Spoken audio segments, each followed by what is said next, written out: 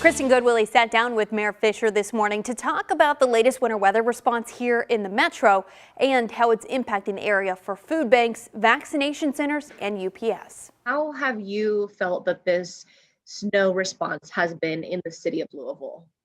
I think very good, as good as we can. I mean, our snow team has been working really over a week now just to keep our roads clear. Of course, we had a big ice event, and then we had this here in the last 36 hours or so, and then we're preparing for another potential event Wednesday and Thursday. So they've been working around the clock, and I really appreciate them being so dedicated to the cause. And then people have been doing a good job too. A lot of folks are staying home, both because of the pandemic and because of the road conditions out there. But the road conditions, largely when you get on the main roads, are in good shape. They might be a little slushy. You're going to have to plan to take longer, twice as long maybe as you normally would be to get somewhere. But just stay safe.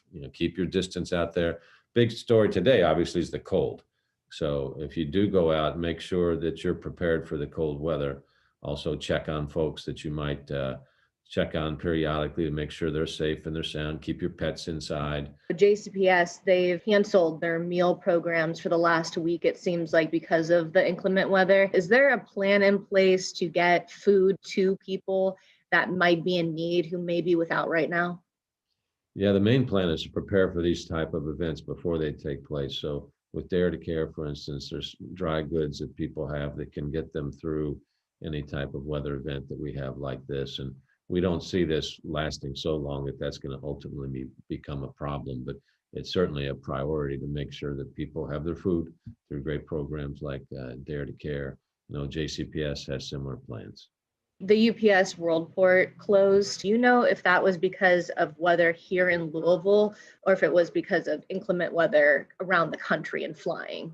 Yeah, it was a combination of things. They closed their Dallas hub also in addition to Louisville. So they saw some icy conditions and they were concerned about the safety of some of their employees coming to Worldport. So they looked at their whole system together and decided to shut part of it down. And then they're starting back up early this afternoon, I believe it is, to make up for that. So we've been in contact with them both through the airport authority and through my office. And as usual, they have a plan and they'll be executing their plan. But they're our biggest employer with over 20,000 employees. So it's really important that they keep operating 24/7.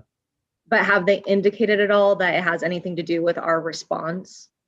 Well, I was very clear about that last night around 10:30 p.m. I said, this has got nothing to do with the way the city operated, right? And they said, no, it's the internal decisions that they made. So Louvax was closed.